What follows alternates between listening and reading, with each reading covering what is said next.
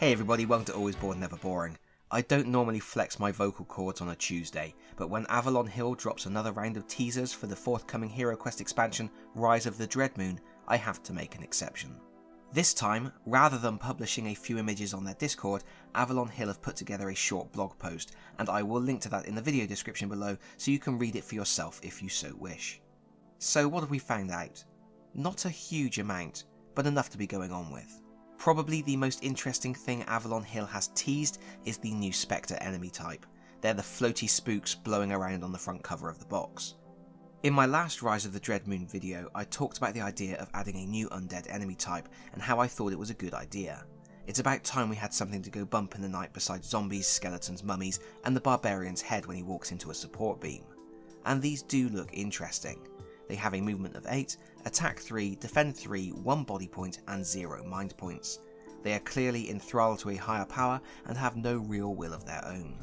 They have the keyword undead, which keys into existing rules governing some spells and items like the holy water, but they also have a new keyword, ethereal. Rather unsurprisingly, this keyword means they can travel through heroes, walls and solid objects. Whether or not it also means they are immune to non-magical attacks remains to be seen. Being able to move through heroes and walls is a huge deal, because as Avalon Hill point out in their blog, it opens up a lot of new possibilities for Zargon in terms of strategies and ways to combat some of the more obvious playstyles heroes tend to fall into. For example, heroes do have a habit of sitting a heavily armoured character in a doorway, creating a bottleneck the monsters are unable to circumvent. It's not so easy to do when those enemies can float straight through the character or even through the wall beside them. That's really going to force heroes to think slightly differently about their approach to dealing with this new foe. But that's not all. The Specters also have access to a spell that they can cast at will, which I assume means they can cast it every turn. The spell is called Channel Dread, and it's specifically designed to bypass armour and to become stronger when the Specters fight as a unit. You can see that the spellcaster rolls a d6 and then adds 1 to the result for each adjacent monster that can also cast the Channel Dread spell. I assume only orthogonally adjacent monsters would count for that, based on the wording in the core rules book that says you are adjacent if you are directly to the side, front or rear of another square on which a monster is located. If the result of your dice roll is 3 or less, the spell fails. If the result is 4 or 5, the target loses a body point, and if the result is 6, the target loses 2 body points. That seems pretty neat. Monsters that have more options when moving and which can make coordinated attacks are going to be great for Zargon players, because it's something a bit meatier for them to get their teeth into. As fun as it is playing Zargon, often when it comes to controlling the monsters, you are pretty much on the rails. You move next to the heroes and you hit them. Now you will have to think more about positioning in order to get the most out of your monsters. And that sounds great, but I do have some concerns. Firstly, at the moment at least, I don't think the HeroQuest companion app is up to this. Right now, it can't figure out the best time to cast a spell, when to move a monster out of the way to let a stronger monster attack, or even the best order in which to move the monsters. It's going to take some work to get the app to figure out the right way to move these Specters so they are the formidable opponents they should be. Also, I feel like the inclusion of this enemy type was to combat the fact that the Guardian Knight is joining the heroes. Guardian Knights are tanky, they can wear all the armour and end up being very difficult to hurt. But that's the point of them, that's what they do, that's their main strength. And it feels a little unusual to me that the pack that introduces the Knight is also the pack going out of its way to nerf their abilities. I know it's only one enemy, and of course we have no idea how often these enemies will make an appearance, but it still feels like there is the potential that the Knight may lose some of their chance to shine in the very campaign that should highlight their importance to the team. But that's something we can't possibly know until we see more of what the campaign has in store. Hopefully, Avalon Hill have considered that balance carefully. Finally, I'm not entirely sure I'm on board yet with how the Channel Dread spell works. It's a cool idea, the Specters gather together and are therefore able to channel stronger magic and do more damage, but I'm not sure I'm okay with all heroes having the same chance to take that damage. I feel like there should be some kind of willpower check in there.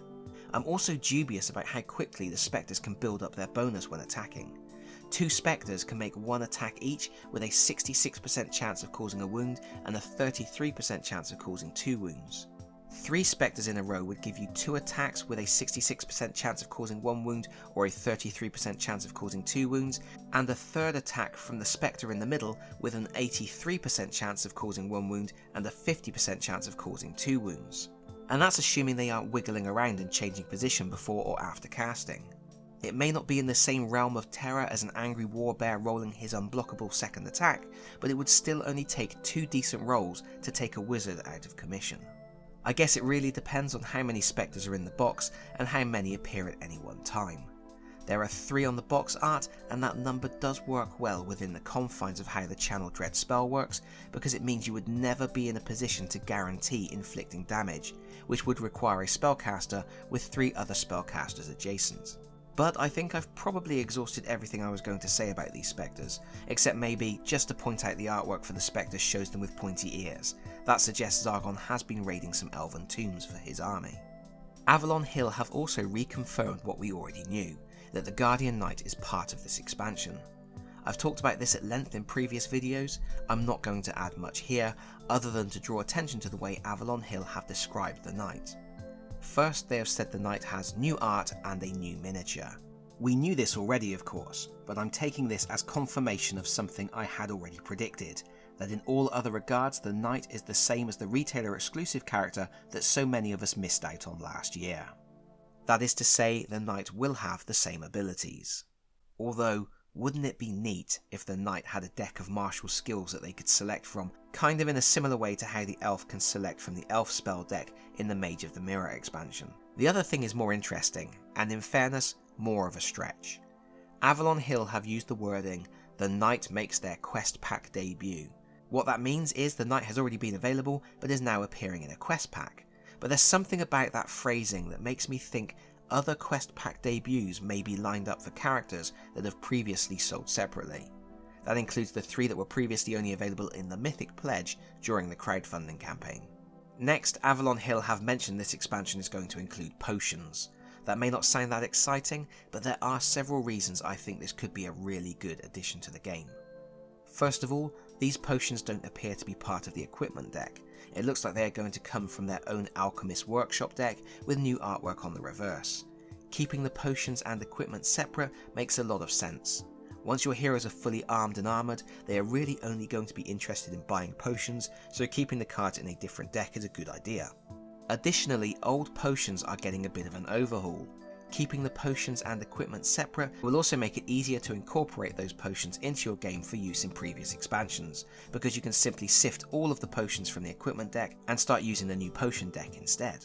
Potions that were previously exclusive to specific heroes, such as the Barbarian's Potion of Frostskin, are being made available to all heroes, and some of the costs are changing. I would imagine the cost changes are for balancing issues. Some of the potions previously seemed quite pricey for what they did. I also wouldn't be surprised to see a revised Holy Water card. Firstly, because the original card specifically lists skeletons, mummies and zombies as viable targets, which it didn't need to do as it already said it kills undead enemies. And secondly, because I suspect ethereal creatures could be immune to physical attacks, and Holy Water might need to be a bit cheaper than the current 400 gold pieces, so heroes can stock up. Avalon Hill have said that Zargon players can use the new potions to replace the cards from any expansion they already own, and I imagine that would be a good idea. The final thing I wanted to point out about the new potion cards is the reformatting.